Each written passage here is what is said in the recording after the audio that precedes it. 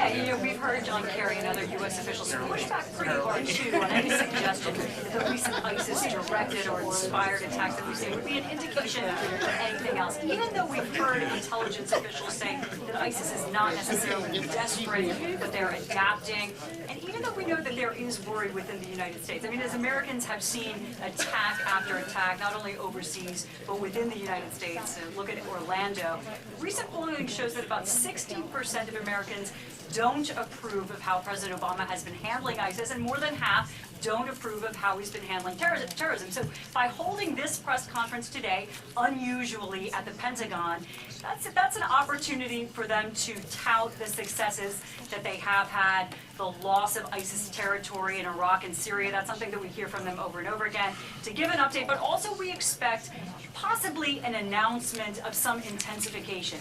Maybe something like what we've seen only recently with U.S. airstrikes in Libya. I mean, we don't expect this to be a major change in strategy, but again, the fact that ISIS has necessitated a change and airstrikes in Libya, it just shows you that they too have caused the U.S. to do some adapting, Jay. Okay, that's good. Okay? Okay. Okay, great, we'll do. Next.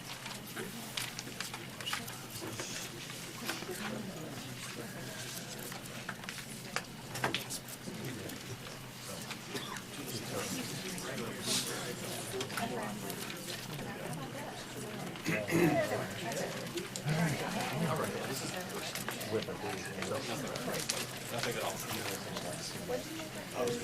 Yeah. Yeah.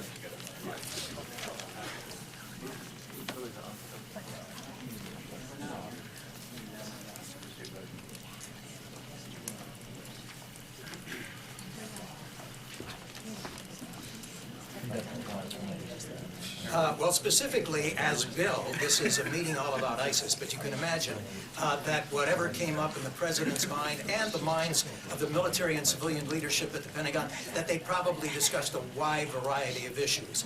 On the ISIS front, there's a sense that the president has some explaining to do. While ISIS has been readily defeated, soundly defeated on the battlefields in Iraq and Syria, they still have expanded their areas of operation around the world. And of course, there's the ISIS-inspired attacks that we've seen crop up in both Europe and the United States, for that matter. So while there can be some small victories claimed, ISIS still remains a serious and growing threat. And perhaps we'll hear from the president today about what the game plan is moving forward. All right.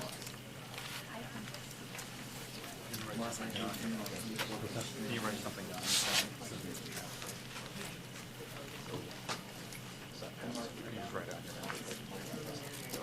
Long story. You got it.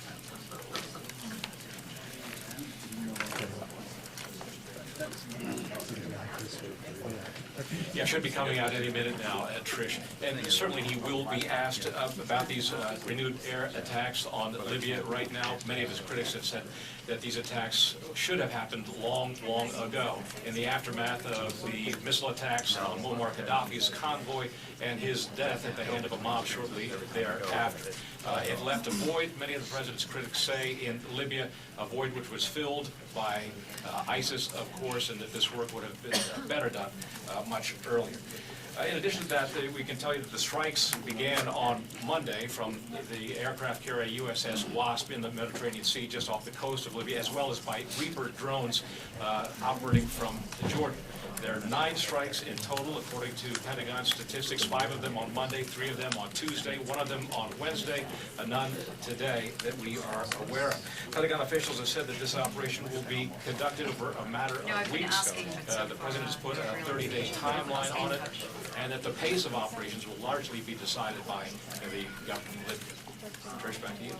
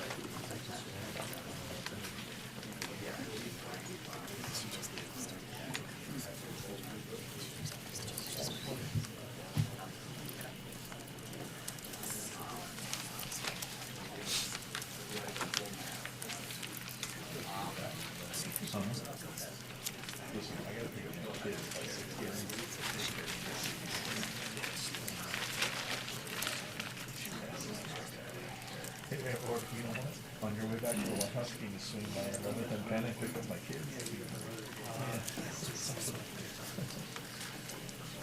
I'll call the daycare, stand outside.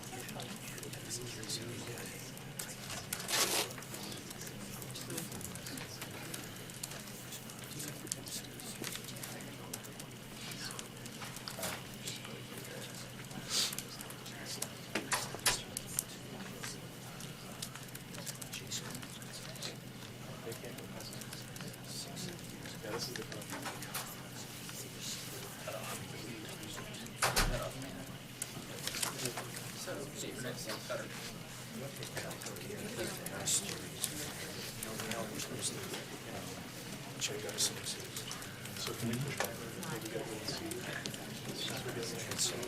Can't imagine challenging things. Oh, really? Okay. And so, it's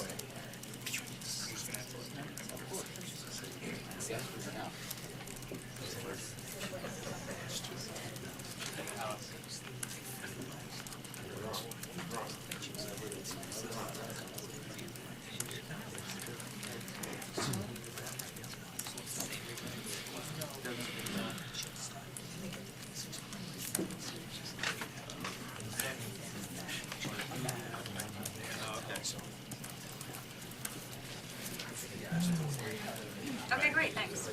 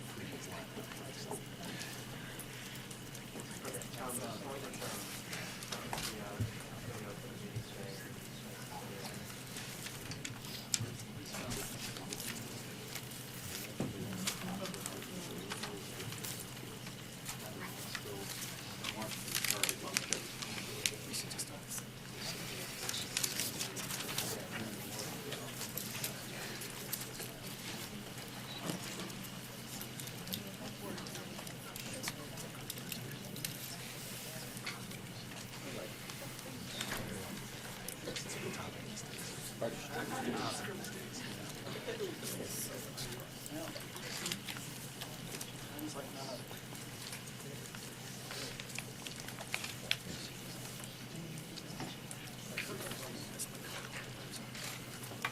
that is correct.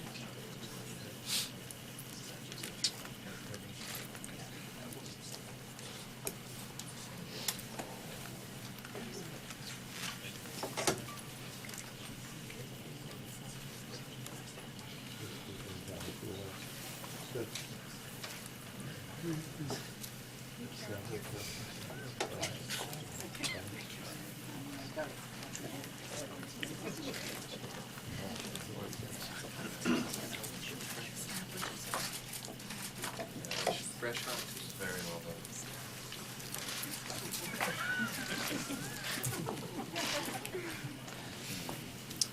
There's water and some notes. I'll go take a look.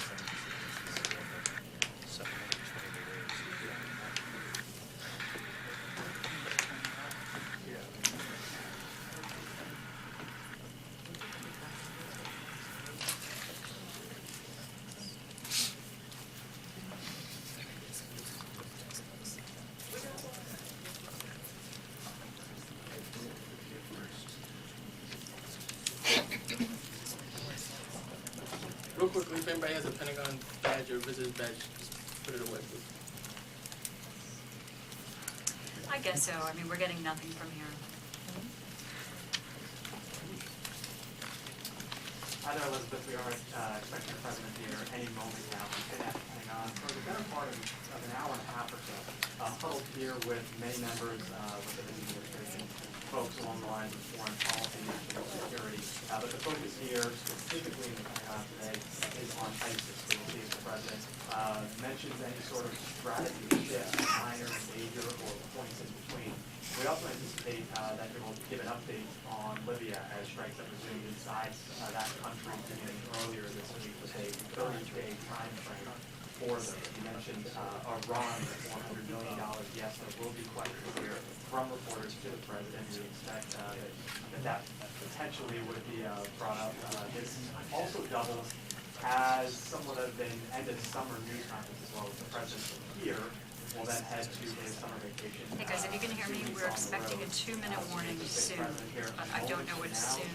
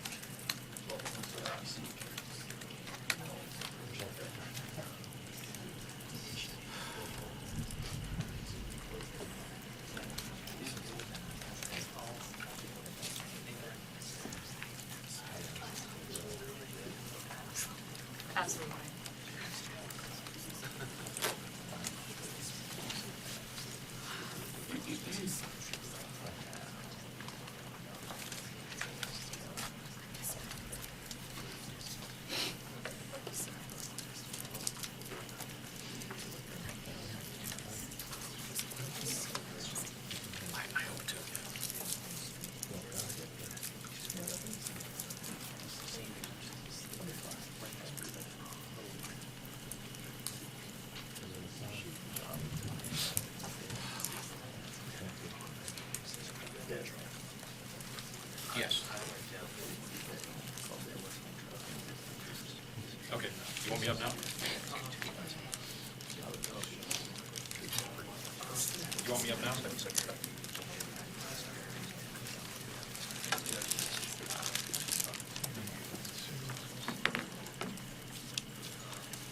Haven't heard, but we've heard 2-minute warning soon, but that doesn't mean it's a warning, 2-minute warning yet, it means soon, so.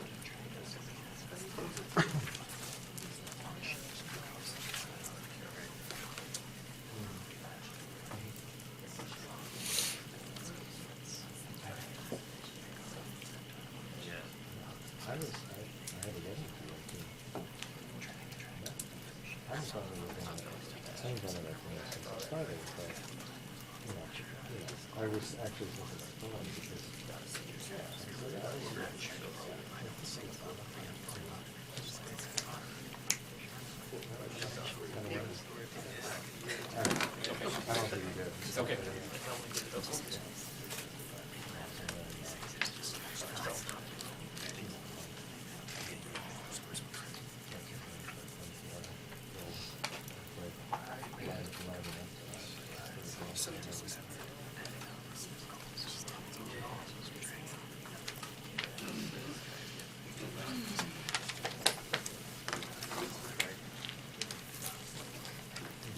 Okay.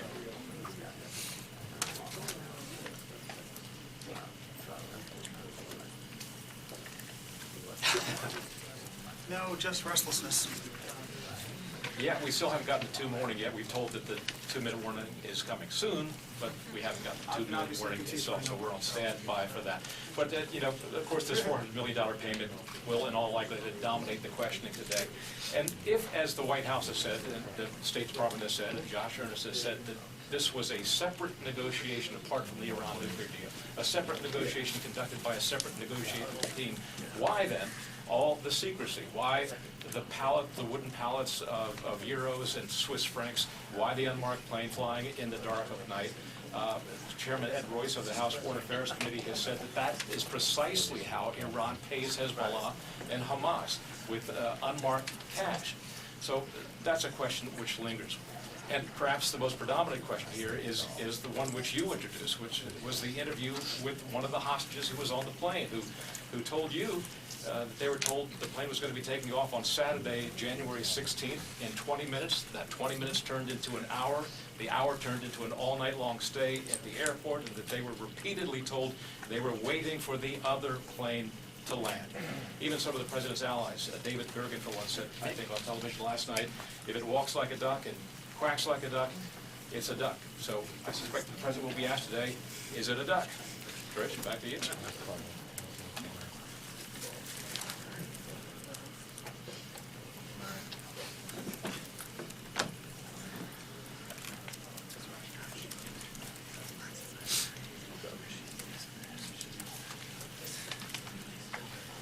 Nope. Okay, no problem. All right. Thank you.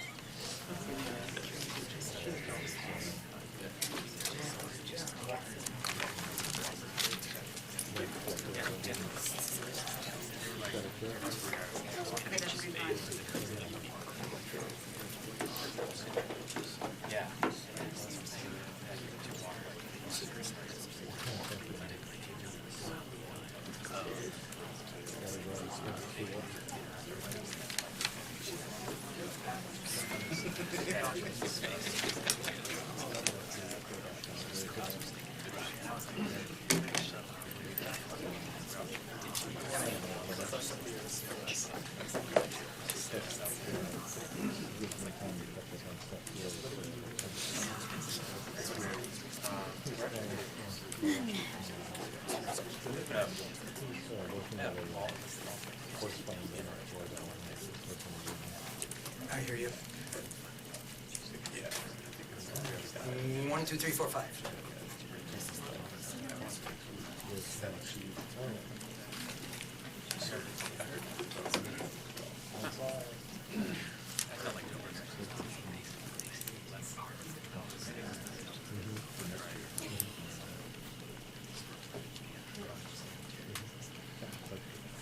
I am. Yeah. I got a lot of people down there. You have a meeting?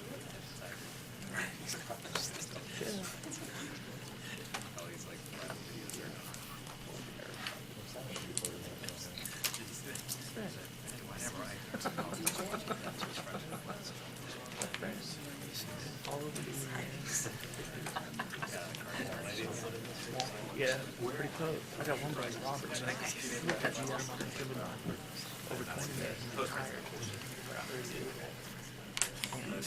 Yeah, like apparently they stopped and like 2 hours. Yes, Heather, we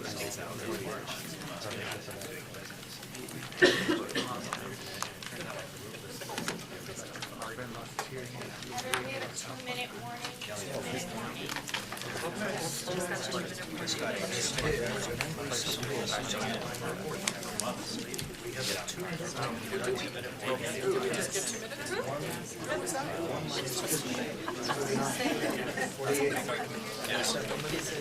I appear to have lost the ice case in some kind of strange signal. I think we're being jammed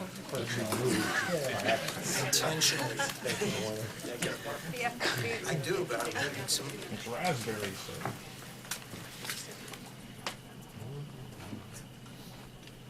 Ladies and gentlemen, at this time, please silence all devices. Thank you.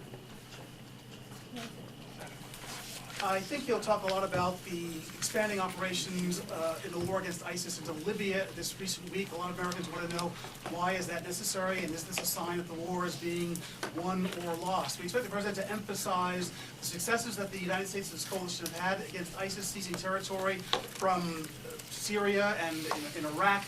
But again, there is this troubling concern that ISIS is now operating in some 18 countries around the world compared to 7 when this coalition war against ISIS started some 2 years ago. Americans want to know, is everything being done to win this war now?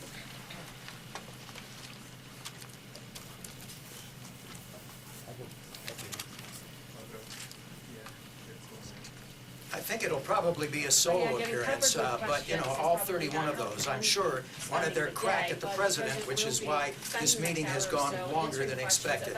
ISIS was the main topic, but I suspect that anything on the minds of these military and civilian leaders was probably hashed out today. After all, the president doesn't come over here to the Pentagon very often or lightly, so I'm sure the discussions here on ISIS and just about everything else that's on their plate currently was hashed out today, as I said. Because he talks about as well, the I campaign. do, yes, indeed. The president has not been tried. He called Donald Trump this week unfit for office. Absolutely. Both White House and Pentagon reporters are here, and as I look out, I feel like maybe the White House has outnumbered us, but I think we're going to get an equal number of questions. At least that's what we hope. So the president has told him, Too bad. I don't think he'll be highlighting is the failure this week of diplomatic talks to broker a peace mission in Syria. They had hoped to have some success to announce earlier this week, and that simply has not happened. So the president will likely also be... I think that's about right, Jared. We'll get the president coming out of this meeting with his national security team any moment now. As you mentioned, just about 2 minutes ago, we were told he'd be coming into the briefing room. The briefing...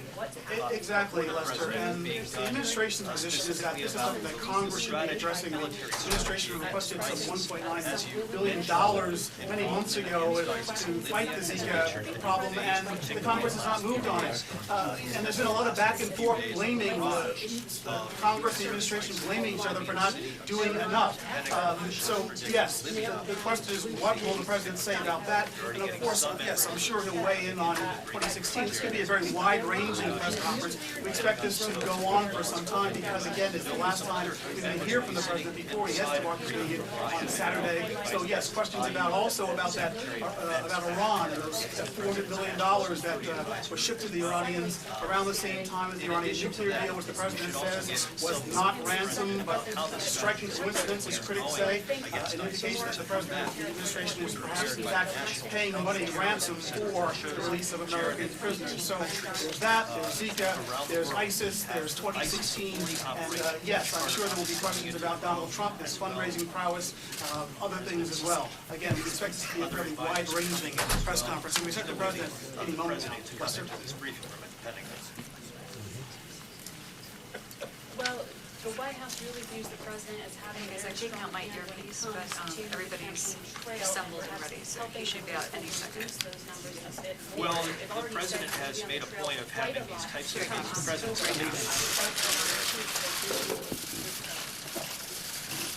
Good afternoon, everybody. I just met again with my National Security Council on the campaign to destroy ISIL. I want to thank Secretary Carter and Chairman Dunford, who just returned from meetings with our coalition partners in the Middle East, for hosting us and for their continued leadership of our men and women in uniform. I last updated the American people on our campaign in June, shortly after the horrifying attack in Orlando.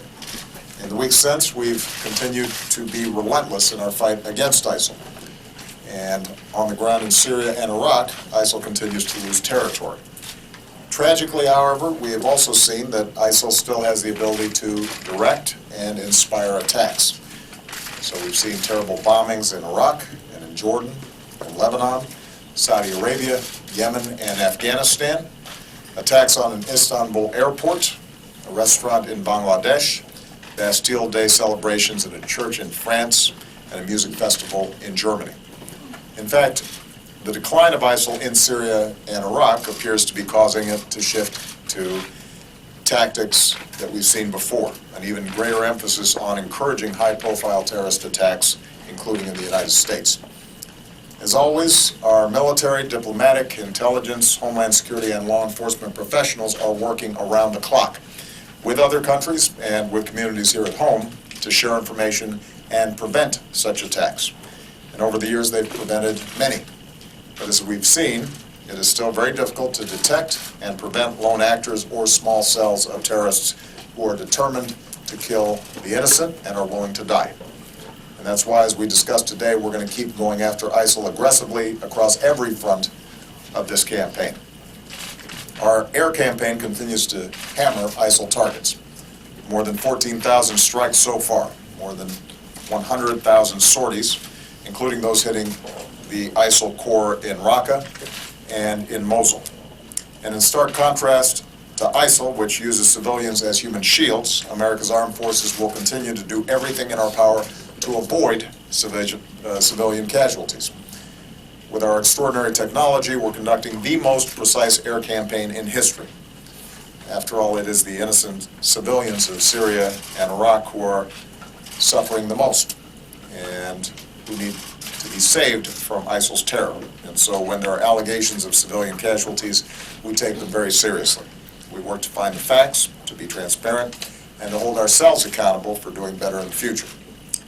We continue to take out senior ISIL leaders and commanders. This includes ISIL's Deputy Minister of War, Bassem Muhammad al-Bajari, the top commander in Mosul, Hatim Talib al-Hamdani, and in yet another significant loss for ISIL, its Minister of War, Umar al-Shishani. None of ISIL's leaders are safe, and we're going to keep going after them. On the ground in Iraq, local forces keep pushing ISIL back. In a major success, Iraqi forces, with coalition support, finally liberated Fallujah. Now they're clearing ISIL fighters from more areas up the Euphrates Valley, and Iraqi forces retook the strategic air base at Qayyara, just 40 miles from Mosul, now the last major ISIL stronghold in Iraq. Given the success, the additional 560 U.S. support personnel that I ordered to Iraq last month will help turn this base into a logistical hub and launch pad for Iraqi forces as they push into Mosul. Meanwhile, in Syria, a coalition of local forces backed by our special operations forces and airstrikes continues to take the fight to ISIL as well. The coalition is fighting its way into the town of Manbij, a gateway for ISIL fighters coming in and terrorists heading out to attack Europe, which is why ISIL is fighting hard to hold it. As ISIL is beaten back, we're gaining vast amounts of intelligence, thousands of documents, thumb drives, digital files, which we will use to keep destroying ISIL's networks and stop foreign fighters. We also continue to intensify our efforts against al-Qaeda in Syria, which, no matter what name it calls itself, cannot be allowed to maintain a safe haven to train and plot attacks against us. I do want to step back and note the broader progress that has been made in this campaign so far. 2 years ago, ISIL was racing across Iraq to the outskirts of Baghdad itself, and to many observers, ISIL looked invincible. Since then, in Iraq, ISIL has lost at the Manbij Dam, at Tikrit, at Beji, at Sinjar, at Ramadi, at Hip, at Rutbah, and now Fallujah. In Syria, ISIL's lost at Kobani and Tel Abyad, and the Tishrin Dam and al-Shaddadi. ISIL has lost territory across vast stretches of the border with Turkey and almost all major transit routes into Raqqa. And in both Iraq and Syria, ISIL has not been able to reclaim any significant territory that they have lost. So I want to repeat, ISIL has not had a major successful offensive operation in either Syria or Iraq in a full year. Even ISIL's leaders know they're going to keep losing. In their message to followers, they're increasingly acknowledging that they may lose Mosul and Raqqa, and ISIL is right, they will lose them. And we'll keep hitting them and pushing them back and driving them out until they do. In other words, ISIL turns out not to be invincible. They're, in fact, inevitably going to be defeated. But we do recognize at the same time that the situation is complex, and this cannot be solved by military force alone.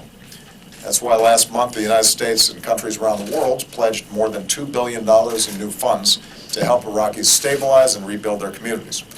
It's why we're working with Iraq so that the military campaign to liberate Mosul is matched with humanitarian and political efforts to protect civilians and promote inclusive governance and development. So ISIL cannot return by exploiting divisions or new grievances.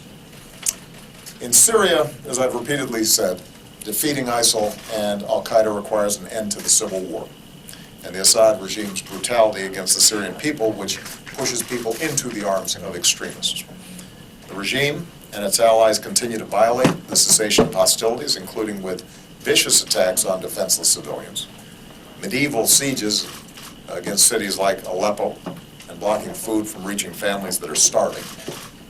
It is deplorable, and the depravity of the Syrian regime has rightly earned the condemnation of the world. Russia's direct involvement in these actions over the last several weeks raises very serious questions about their commitment to pulling the situation back from the brink. The U.S. remains prepared to work with Russia to try to reduce the violence and strengthen our efforts against ISIL and al-Qaeda in Syria. But so far, Russia has failed to take the necessary steps. Given the deteriorating situation, it is time for Russia to show that it is serious about pursuing these objectives. Beyond Syria and Iraq, we'll keep working with allies and partners to go after ISIL wherever it tries to spread. At the request of Libya's government of national accord, we are conducting strikes in support of government-aligned forces as they fight to retake Sirte from ISIL, and we will continue to support the government's efforts to secure their country.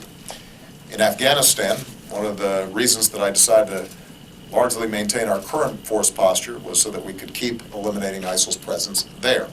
And we delivered another blow last month when we took out a top ISIL leader in Afghanistan, Umar Khalifa. Finally, it should be clear by now, and no one knows this better than our military leaders, that even as we need to crush ISIL on the battlefield, their military defeat will not be enough. So long as their twisted ideology persists and drives people to violence, then groups like ISIL will keep emerging, and the international community will continue to be at risk in getting sucked into the kind of global whack-a-mole where we're always reacting to the latest threat or lone actor. That's why we're also working to counter violent extremism more broadly, including the social, economic, and political factors that help fuel groups like ISIL and al-Qaeda in the first place. Nothing will do more to discredit ISIL and its phony claims to being a caliphate than when it loses its base in Raqqa and in Mosul. And we're going to keep working with partners, including Muslim countries and communities, especially online, to expose ISIL for what they are: murderers who kill innocent people, including Muslim families and children as they break their Ramadan fast, and who set off bombs in Medina near the Prophet's mosque, one of the holiest sites in Islam. Moreover, we refuse to let terrorists and voices of division undermine the unity and the values of diversity and pluralism that keep our nation strong. One of the reasons that America's armed forces are the best in the world is because we draw on the skills and the talents of all of our citizens, from all backgrounds and faiths, including patriotic Muslim Americans who risk and give their lives for our freedom.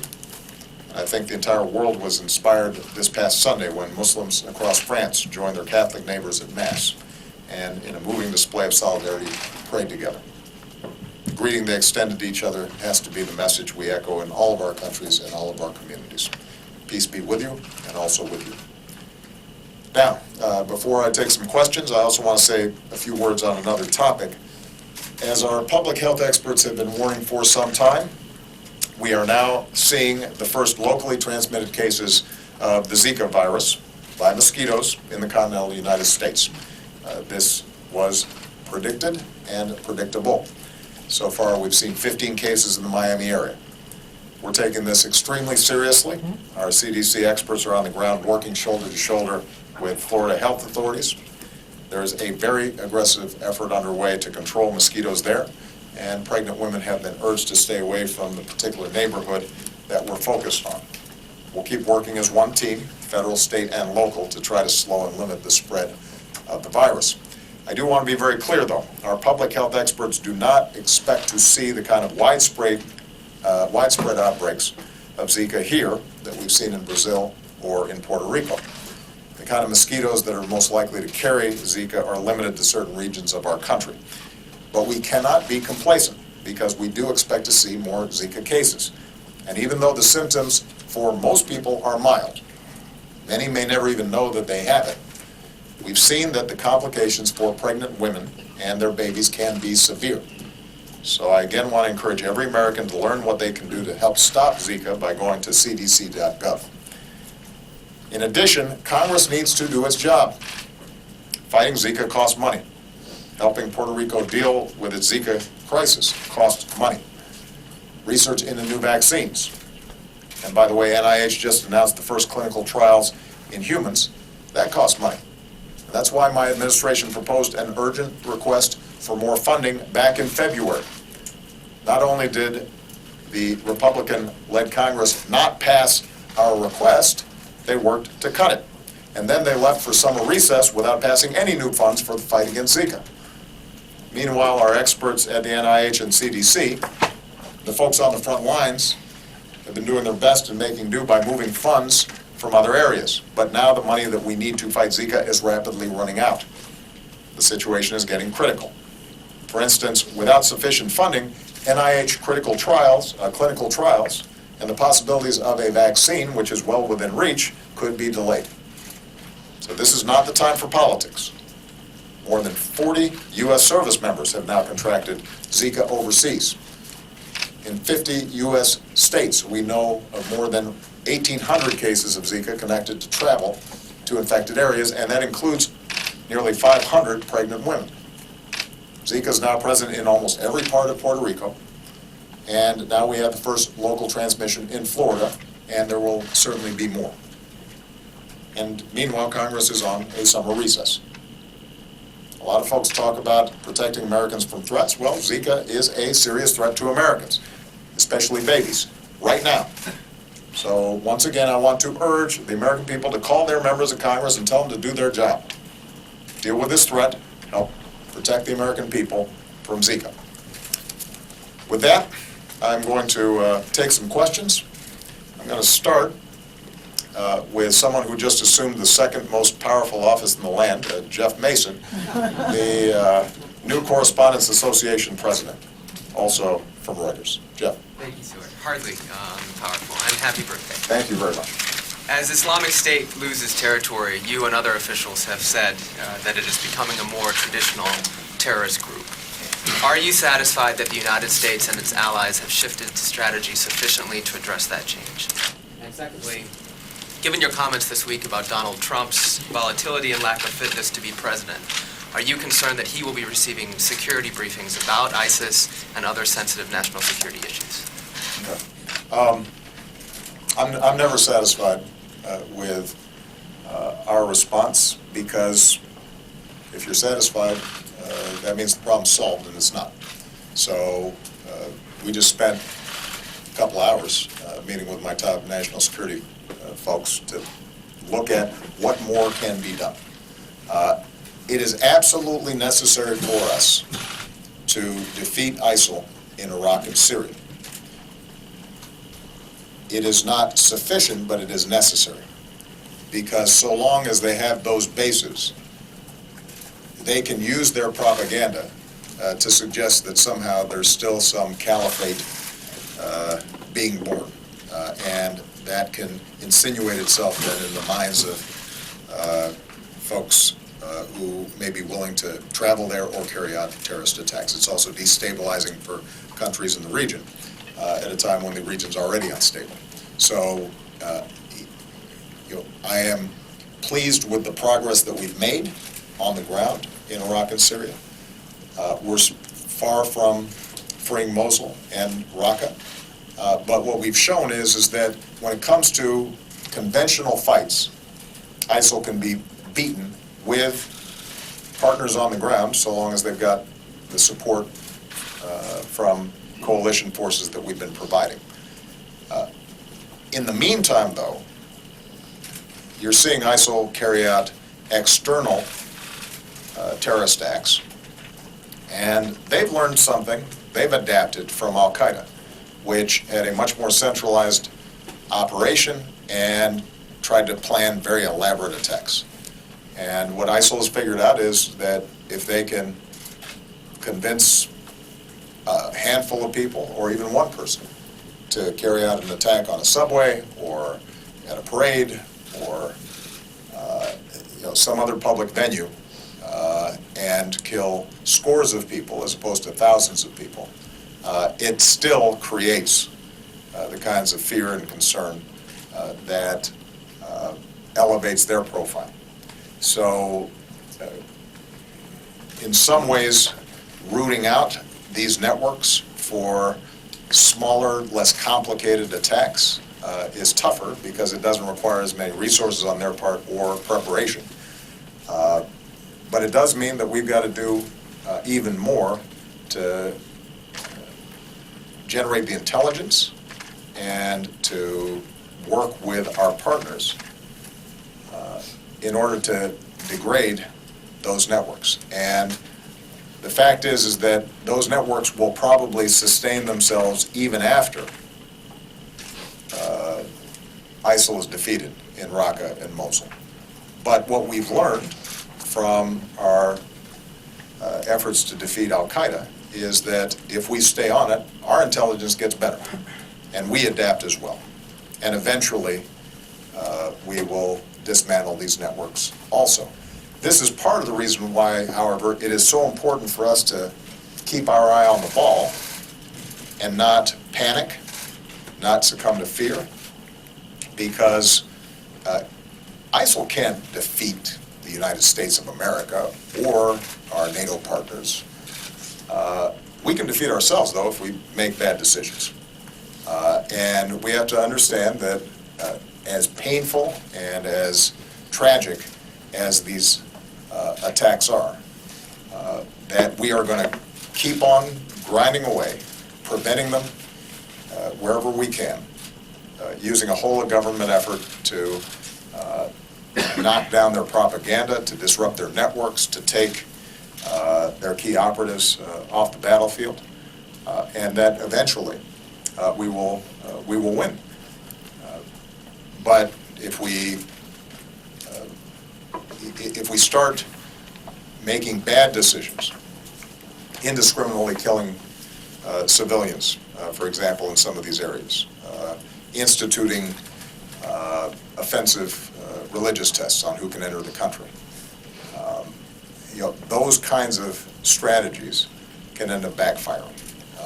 Because in order for us to ultimately win this fight, we cannot frame this as a clash of civilizations between the West and Islam. That plays exactly into the hands of ISIL and the perversions, the perverse interpretations of Islam that they're putting forward. As far as Mr. Trump, we are going to go by the law, which is that both the tradition and the law, that if somebody's the nominee, the Republican nominee for president, they need to get a security briefing so that if they were to win, they are not starting from scratch in terms of being prepared for this office. And I'm not going to go into details of the nature of the security briefings that both candidates received. What I will say is that they have been told these are classified briefings. And if they want to be president, they got to start acting like president. And that means being able to receive these briefings and not spread them around. Are you worried about that? Well, I think I've said enough on that. Mary Bruce. Thank you, Mr. President. What is your response to critics who say the $400 million in cash that you sent to Iran was a ransom payment? Was it really simply a pure coincidence that of some that was a payment that was held up for almost 4 decades was suddenly sent at the exact same time that the American prisoners were released? And can you assure the American people that none of that money went to support terrorism? Okay. It's been interesting to watch this story surface. Some of you may recall, we announced these payments in January, many months ago. There wasn't a secret. We announced them to all of you. Josh did a briefing on them. This wasn't some nefarious deal. And at the time, we explained that Iran had pressed a claim before an international tribunal about them recovering money of theirs that we had frozen, that as a consequence of its working its way through the international tribunal, it was the assessment of our lawyers that we were now at a point where there was significant litigation risk and we could end up costing ourselves billions of dollars. It was their advice and suggestion that we settle. And that's what these payments represent. And it wasn't a secret. We were completely open with everybody about it, and it's interesting to me how suddenly this became a story again. That's point number one. Point number two, we do not pay ransom for hostages. We've got a number of Americans being held all around the world. And I meet with their families, and it is heartbreaking. And we have stood up an entire section of interagency experts who devote all their time to working with these families to get these Americans out. But those families know that we have a policy that we don't pay ransom. And the notion that we would somehow start now in this high-profile way and announce it to the world, even as we're looking into the faces of other hostage families whose loved ones are being held hostage, and say to them that we don't pay ransom, defies logic. So that's point number two. We do not pay ransom. We didn't here, and we won't in the future. Precisely because if we did, then we would start encouraging Americans to be targeted, much in the same way that some countries that do pay ransom end up having a lot more of their citizens being taken by various groups. Point number three is that the timing of this was in fact dictated by the fact that as a consequence of us negotiating around the nuclear deal, we actually had diplomatic negotiations and conversations with Iran for the first time in several decades. So the issue is not so much that it was a coincidence as it is that we were able to have a direct discussion. John Kerry could meet with the foreign minister, which meant that our ability to clear accounts on a number of different issues at the same time converged. And it was important for us to take advantage of that opportunity both to deal with this litigation risk that had been raised. It was important for us to make sure that we finished the job on the Iran nuclear deal, and since we were in a conversation with them, it was important for us to be able to push them hard in getting these Americans out. And let me make a final point on this.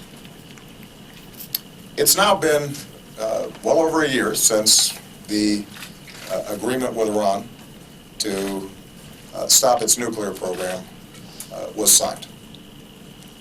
And by all accounts, it has worked exactly the way we said it was going to work. You'll recall that there were all these horror stories about how Iran was going to cheat, and this wasn't going to work, and Iran was going to get $150 billion to finance terrorism, and all these kinds of scenarios. And none of them have come to pass. And it's not just the assessment of our intelligence community, it's the assessment of the Israeli military and intelligence community, the country that was most opposed to this deal, that acknowledges this has been a game changer and that Iran has abided by the deal and that they no longer have the sort of short-term breakout capacity that would allow them to develop nuclear weapons. So what I'm interested in is, if there's some news to be made, why not have some of these folks who were predicting disaster say, you know what, this thing actually worked? Now that would be a shock. That would be impressive. If some of these folks who had said the sky is falling suddenly said, you know what, we were wrong, and we are glad that Iran no longer has the capacity to break out in short term and develop a nuclear weapon. But of course that wasn't going to happen. Instead, what we have is the manufacturing of outrage in a story that we disclosed in January. And the only bit of news that is relevant on this is the fact that we paid cash. Which brings me to my last point. The reason that we had to give them cash is precisely because we are so strict in maintaining sanctions, and we do not have a banking relationship with Iran, that we couldn't send them a check. And we could not wire the money. And it is not at all clear to me why it is that cash, as opposed to a check or a wire transfer, has made this into a news story.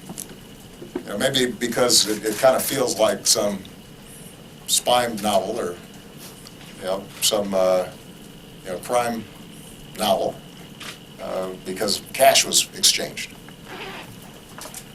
The reason cash was exchanged is because we don't have a banking relationship with Iran, which is precisely part of the pressure that we were able to apply to them so that they would ship a whole bunch of nuclear material out and close down a bunch of facilities that, as I remember, 2 years ago, 3 years ago, 5 years ago, was people's top fear and priority.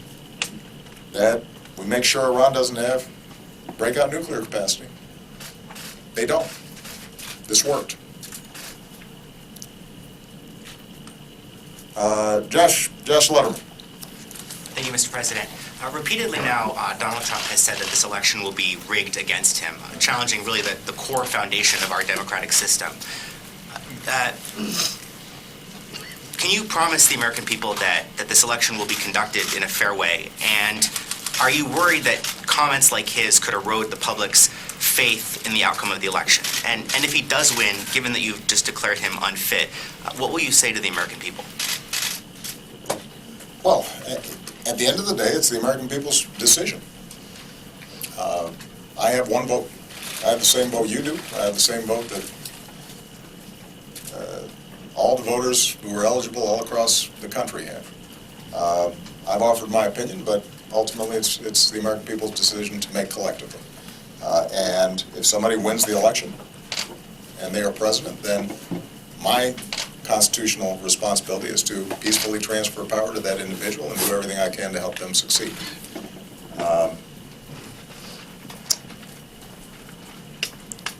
It is, I don't even really know where to start on answering this question. Of course the elections will not be rigged. What does that mean? The federal government doesn't run the election process. States and cities and communities all across the country, they're the ones who set up the voting systems and the voting booths. And if Mr. Trump is suggesting that there is a conspiracy theory that is being propagated across the country, including in places like Texas, where typically it's not Democrats who are in charge of voting booths. That's ridiculous. That doesn't make any sense, and I don't think anybody would take that seriously. Now, we do take seriously, as we always do, our responsibilities to monitor and preserve the integrity of the voting process. If we see signs that a voting machine or system is vulnerable to hacking, then we inform those local authorities who are running the elections that they need to be careful. If we see jurisdictions that are violating federal laws in terms of equal access and aren't providing ramps for disabled voters or are discriminating in some fashion or are otherwise violating civil rights laws, then the Justice Department will come in and take care of that. But this will be an election like every other election. And I think all of us at some points in our lives have played sports or maybe just played in a schoolyard or a sandbox, and sometimes folks, if they lose, they start complaining that they got cheated. But I've never heard of somebody complaining about being cheated before the game was over or before the scores even tallied. So my suggestion would be, go out there and try to win the election. If Mr. Trump is up 10 or 15 points on election day and ends up losing, then maybe he can raise some questions. That doesn't seem to be the case at the moment. Barbara Starr. Thank you, Mr. President.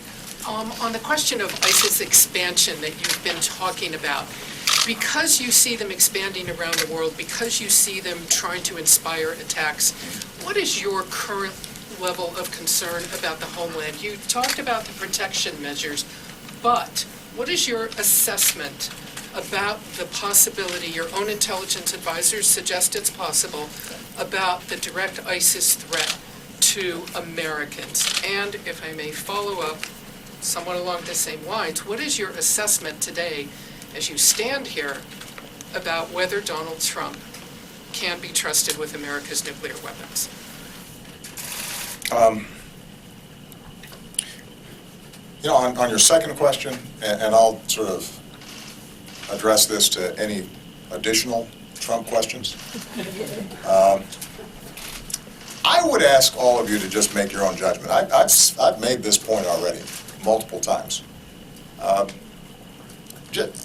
Just listen to what Mr. Trump has to say and make your own judgment with respect to how confident you feel about his ability to manage things like our nuclear triad. With respect, sir, it suggests that you're not confident. Well, as I recall, I just answered a question about this a couple of days ago, and I thought I made myself pretty clear. And I don't want to just keep on repeating it or a variation on it. I obviously have a very strong opinion about the two candidates who are running here. One is very positive, and one is not so much. And I think that you will just hear any further questions that are directed to this subject. I think you'll hear pretty much variations on the same theme. What I can say is this is serious business, and the person who is in the Oval Office and who our Secretary of Defense and our Joint Chiefs of Staff and our outstanding men and women in uniform report to. They are counting on somebody who has the temperament and good judgment to be able to make decisions to keep America safe. And that should be very much on the minds of voters when they go into the voting booth in November. In terms of the threat that ISIL poses to the homeland, I think it is serious. We take it seriously. And as I said earlier, precisely because they are less concerned about big, spectacular 9/11 style attacks, because they've seen the degree of attention they can get with smaller scale attacks using small arms or assault rifles, or in the case of Nice, France, a truck. The possibility of either a lone actor or a small cell carrying out an attack that kills people is real. And that's why our intelligence and law enforcement and military officials are working around the clock to try to anticipate potential attacks, to obtain the threads of people who might be vulnerable to brainwashing by ISIL. But we are constrained here in the United States to carry out this work in a way that's consistent with our laws and presumptions of innocence. And the fact that we prevent a lot of these attacks as effectively as we do, without a lot of fanfare and abiding by our law, is a testament to the incredible work that these folks are doing. They work really hard at it, but it is always a risk. And some of you may have read the article in the New York Times today, I guess it came out last night online, about this individual in Germany who had confessed and given himself up and then explained his knowledge of how ISIL's networks worked. There was a paragraph in there that some may have caught, which we don't know for a fact that this is true, but according to this reporting, the individual indicated that ISIL recognizes it's harder to get its operatives into the United States. But the fact that we have what he referred to as open gun laws meant that anybody, as long as they didn't have a criminal record that barred them from purchase, could go in and buy weapons. That made sort of a homegrown extremist strategy more attractive to them. And those are the hardest to stop because, by definition, if somebody doesn't have a record, if it's not triggering something, it means that anticipating their actions becomes that much more difficult. And this is why the military strategy that we have in Syria and Iraq is necessary, but it is not sufficient. We have to do a better job of disrupting networks, and those networks are more active in Europe than they are here, but we don't know what we don't know, and so it's conceivable that there are some networks here that could be activated. But we also have to get to the messaging that can reach a troubled individual over the internet and do a better job of disrupting that. And what I've told my team is that although we've been working on this now for 5, 6, 7 years, we've got to put more resources into it. This can't be an afterthought. It's something that we have to really focus on. This is also why how we work with the Muslim American community, the values that we affirm about their patriotism and their sacrifice, and our fellow feeling with them is so important. One of the reasons that we don't have networks and cells that are as active here as they are in certain parts of Europe is because the Muslim American community in this country is extraordinarily patriotic and largely successful, and fights in our military, and serves as our doctors and our nurses, and there are communities in which they are raising their kids with love of country and a rejection of violence, and that has to be affirmed consistently. And if we If we screw that up, then we're going to have bigger problems. Gregory Corti of USA Today. Thank you, Mr. President. Yesterday, you commuted the sentences of 214 federal inmates. It was the largest single-day grant of commutations in the history of the American presidency. So I wanted to ask you a couple of questions about your clemency thought process. One is, you've talked about this as low-level drug offenders who got mandatory minimum sentences. But about a quarter of the commutations that you've granted also had firearms offenses. Given your overall philosophy on firearms, can you reconcile that for us? And given that previously in your presidency, you had sent a memo to the Office of Pardon Attorney saying there was a sort of a predisposition against firearms being carried into clemency, why did you change your mind on that? Also, the other side of the ledger here is pardons. You've granted more commutations than any president since Calvin Coolidge. You've granted fewer pardons than any two-term president since John Adams. Why is that? Is the focus on commutations taking energy away from pardons?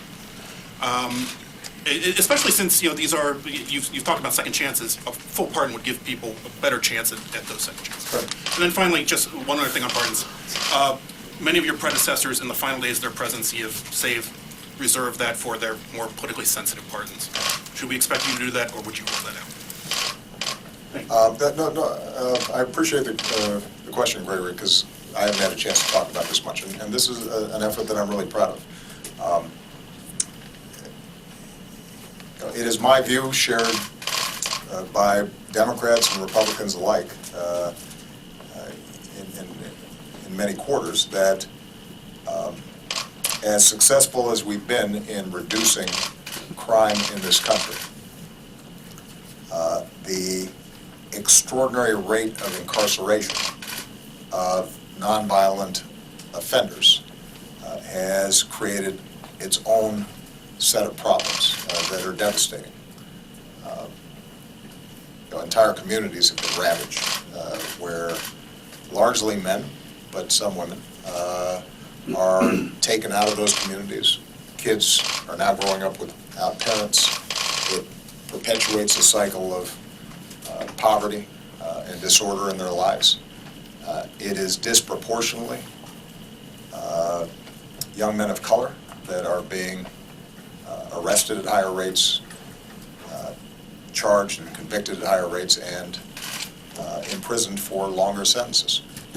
And so ultimately, the fix on this is criminal justice reform, and I still hold out hope that the bipartisan effort that's taken place in Congress can finish the job, and we can have a criminal justice system, at least at the federal level, that is both smart on crime, effective on crime, but recognizes the need for proportionality in sentencing and the need to rehabilitate those who commit crimes.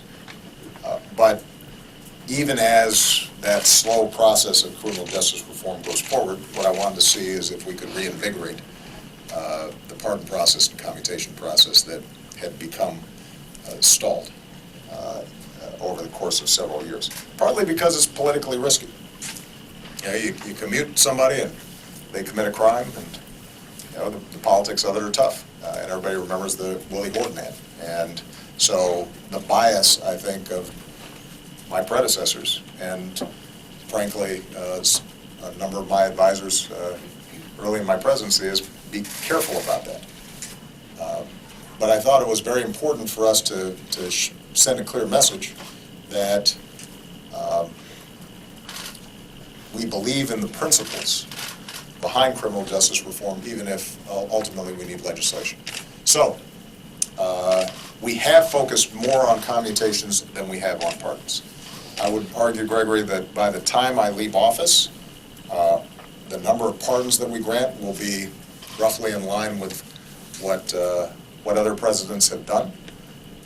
But standing up this commutations process has required a lot of effort, a lot of energy, and it's not like we got a new slug of money to do it. So you've got limited resources. The primary job of the Justice Department is to prevent crime and to convict those who have committed crimes and to keep the American people safe. And that means that you've had this extraordinary and Herculean effort by a lot of people inside the Justice Department to go above and beyond what they're doing to also review these petitions that have been taking place. And we've been able to get bar organizations around the country to participate, to kind of screen and help people apply.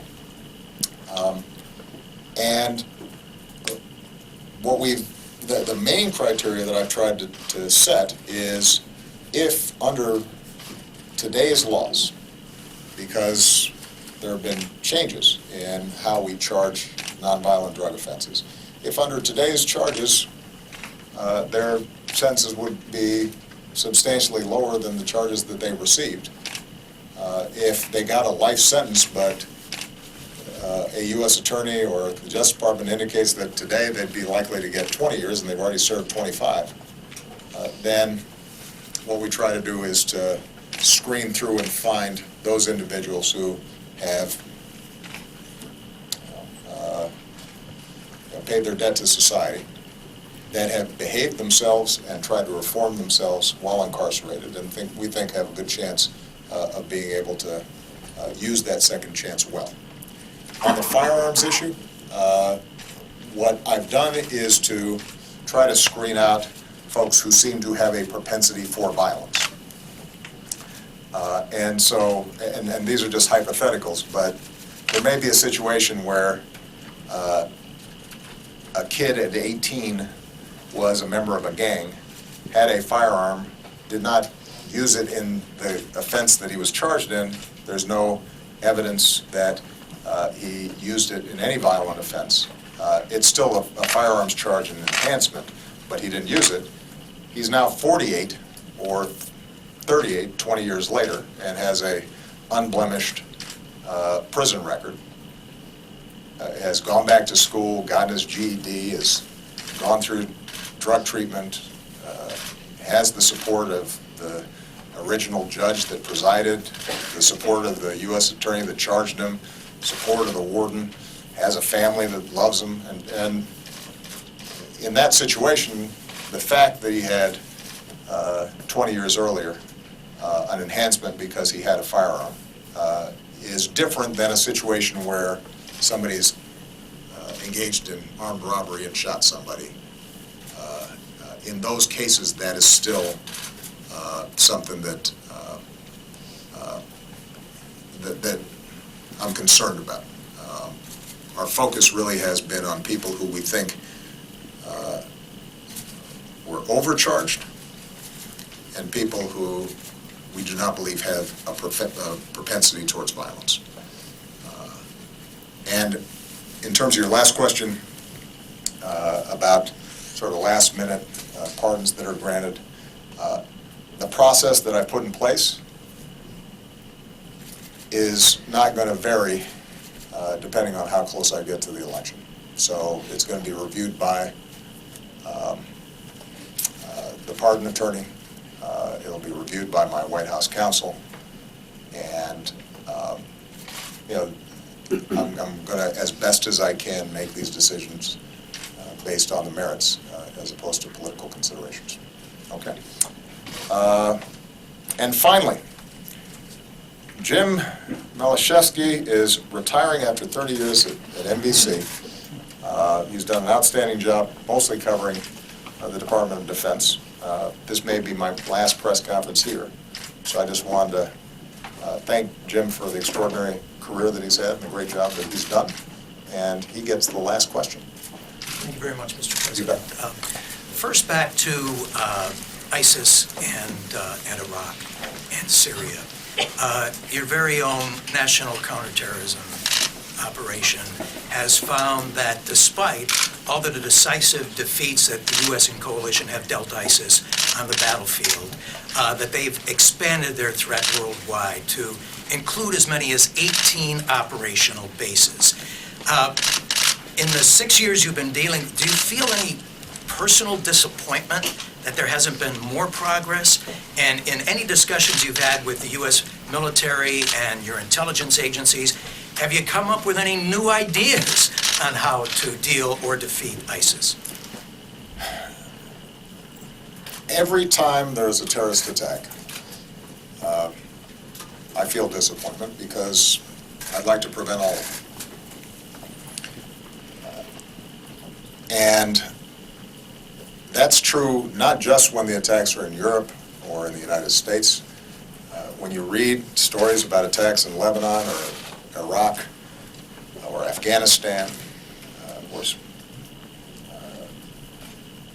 distant parts of the world that don't get as much attention, they get my attention because that's somebody's kid and that's somebody's mom and that's somebody who was just going about his business.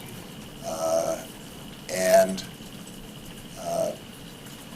mindlessly, senselessly, this person was murdered.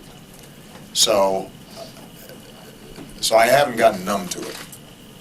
It bugs me whenever it happens and wherever it happens. And we are constantly pushing ourselves to see, are there additional ideas that we can deploy to defeat this threat?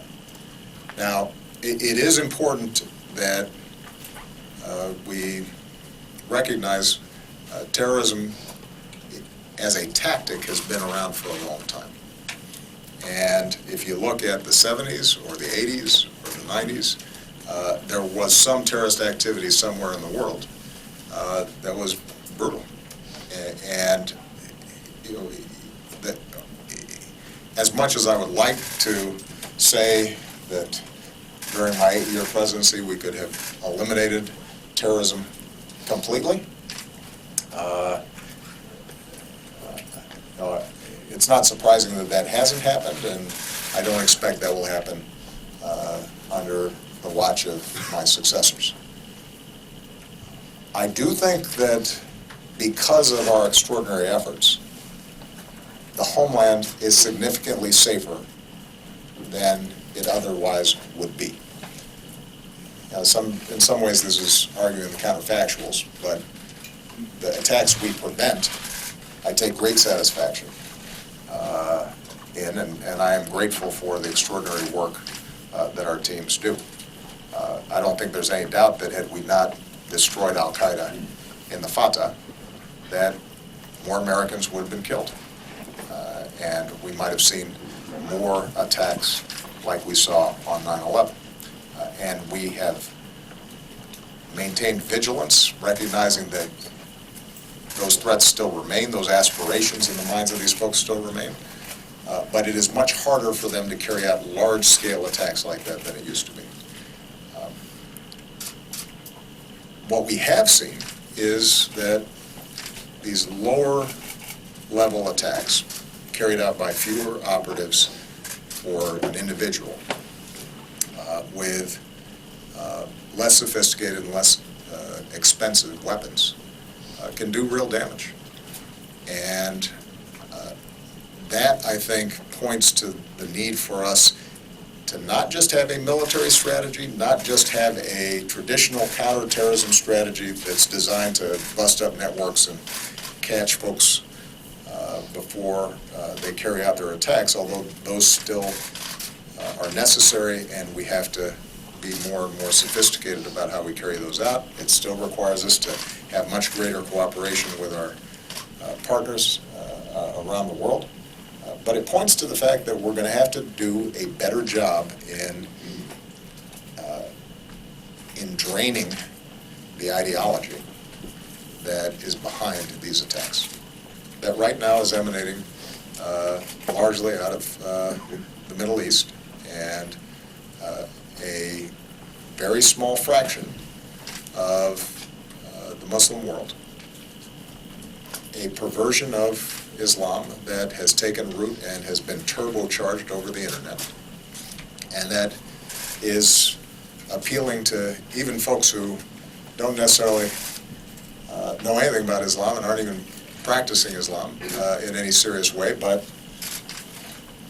have all kinds of psychosis and latch onto this as some way of being important and magnifying themselves. And that's tougher, because that involves both changes in geopolitics in places like Syria.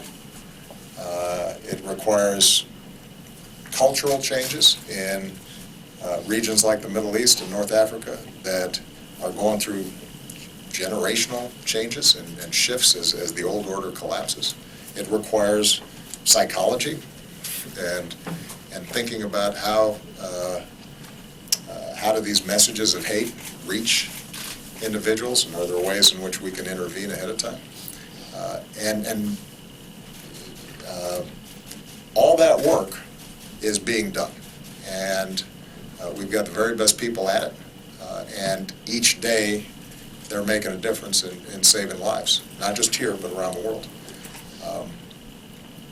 But it's a challenge, precisely because if you're successful 99% of the time, that 1% can still mean heartbreak for families. And it's difficult because in a country, let's say, of 300 million people here in the United States, if 99.9% of people are immune from this hateful ideology, but 1/10 of 1% are susceptible to it, that's a lot of dangerous people running around. And we can't always anticipate them ahead of time because they may not have criminal records. So this is going to be a challenge. I just want to end on the point that I made earlier. How we react to this is as important as the efforts we take to destroy ISIL, prevent these networks from penetrating. You can't separate those two things out. The reason it's called terrorism, as opposed to just a standard war, is that these are weak enemies that can't match us in conventional power. But what they can do is make us scared. And when societies get scared, they can react in ways that undermine the fabric of our society. It makes us weaker and makes us more vulnerable and creates politics that divide us in ways that hurt us over the long term. And so if we remain steady and steadfast and vigilant, but also take the long view and maintain perspective and remind ourselves of who we are and what we care about most deeply and what we cherish and what's good about this country and what's good about the international order and civilization that was built in part because of the sacrifices of our men and women after a 20th century full of world war. If we remember that, then we're going to be okay. But we're still going to see episodically these kinds of tragedies, and we're going to have to keep working on it until we make things better. All right? Mr. President. You may only because this is your retirement. I was hoping you'd. Yeah, but I hope it's not too long, because No, it's short. I'm going to be late for my birthday dinner. Happy birthday. Thank you. You alluded earlier to the negotiations between the U.S. and Russia over some military-to-military cooperation in Syria against some of the militant forces there, presumably in exchange for whatever Russian influence could be imposed on the Assad regime for a variety of reasons. Now, I'm sure you're not surprised that some in the military are not supportive of that deal. Some European allies think it would be a deal with the devil. What makes you so confident that you can trust the Russians and Vladimir Putin? I'm not confident that we can trust the Russians and Vladimir Putin, which is why we have to test whether or not we can get an actual cessation of hostilities that includes an end to the kinds of aerial bombing and civilian death and destruction that we've seen carried out by the Assad regime. And Russia may not be able to get there either because they don't want to or because they don't have sufficient influence over Assad. And that's what we're going to test. So we go into this without any blinders on. We're very clear that Russia has been willing to support a murderous regime that has, and an individual in Assad who has destroyed his country just to cling on to power. What started with peaceful protests has led to a shattering of an entire and pretty advanced society. And so whenever you're trying to broker any kind of deal with individual like that or a country like that, you got to go in there with some skepticism. On the other hand, if we are able to get a genuine cessation of hostilities that prevents indiscriminate bombing, that protects civilians, that allows humanitarian access, and creates some sort of pathway to begin the hard work of political negotiations inside of Syria, then we have to try. Because the alternative is a perpetuation of civil war.